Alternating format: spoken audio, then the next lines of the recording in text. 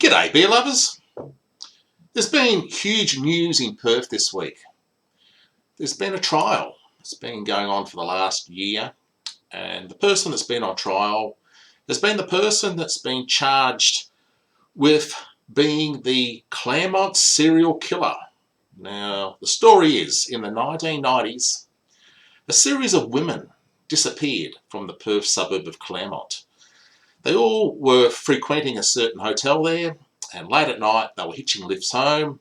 They got abducted, never seen again. And it's taken 20 to 30 years to find this guy and convict him. DNA evidence was the thing that got him in the end.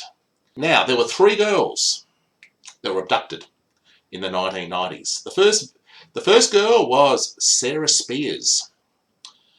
The second girl was Jane Rimmer, and the third girl was Kira Glennon.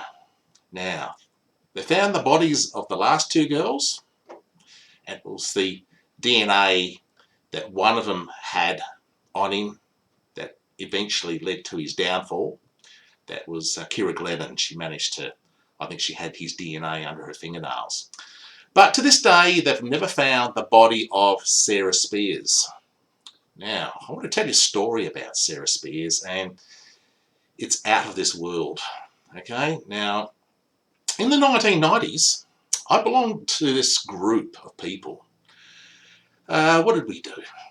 We were heavily interested in spirituality and specifically psychic development. Yeah, you know, we used to play around with tarot cards and other things, and on one particular night, we decided to play around with a Ouija board. Now, this was approximately 6 months after the first girl went missing. Okay, that was when Sarah Spiers went missing. So, okay, we had the Ouija board out, and then the thing started to take off, okay, all over the board. And a spirit had come into the room, had taken over the Ouija board, and we asked the entity what their name was. And the entity spelt out Sarah Spiers, the first girl that went missing, the one whose body was never found. Okay, we were communicating with Sarah Spiers, and we asked Sarah, where is her body located? Okay, and she spelt out the word Greenfields. Greenfields. Never heard of the place. I didn't even know what it meant. Then we asked her to describe the area where her body was located, and she went on to describe the area as bushland, which was blackened by a recent bushfire that had gone through it. Okay, we asked some other things, but look, I can't remember how it ended or what transpired, but that was the main stuff we got.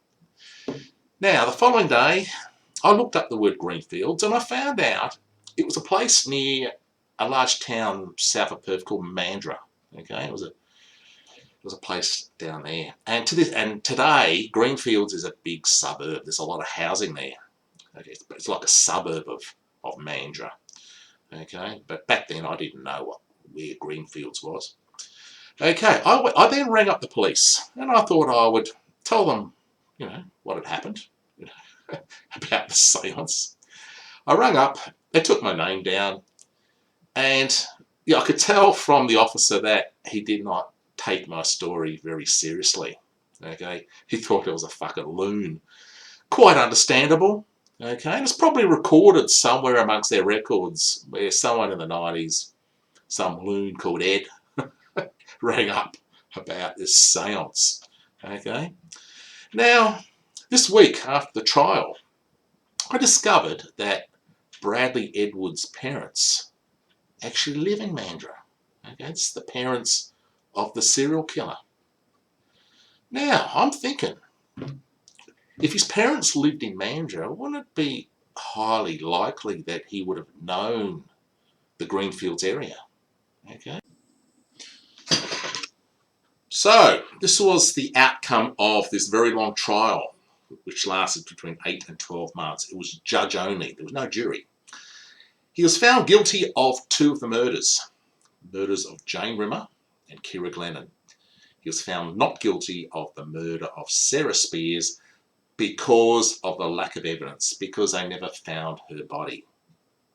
A lot of people are saying that they're going to keep searching for Sarah Spiers' body. But look, this thing has cost Western Australia $56 million. This 2.5 decade investigation to identify the serial killer. I don't think there's much more money that's going to be spent trying to find the body of Sarah Spiers. And even if my evidence is true, it's highly likely that she's now buried in someone's backyard. Maybe there's still some bushland there. Maybe that's where she is. Who knows?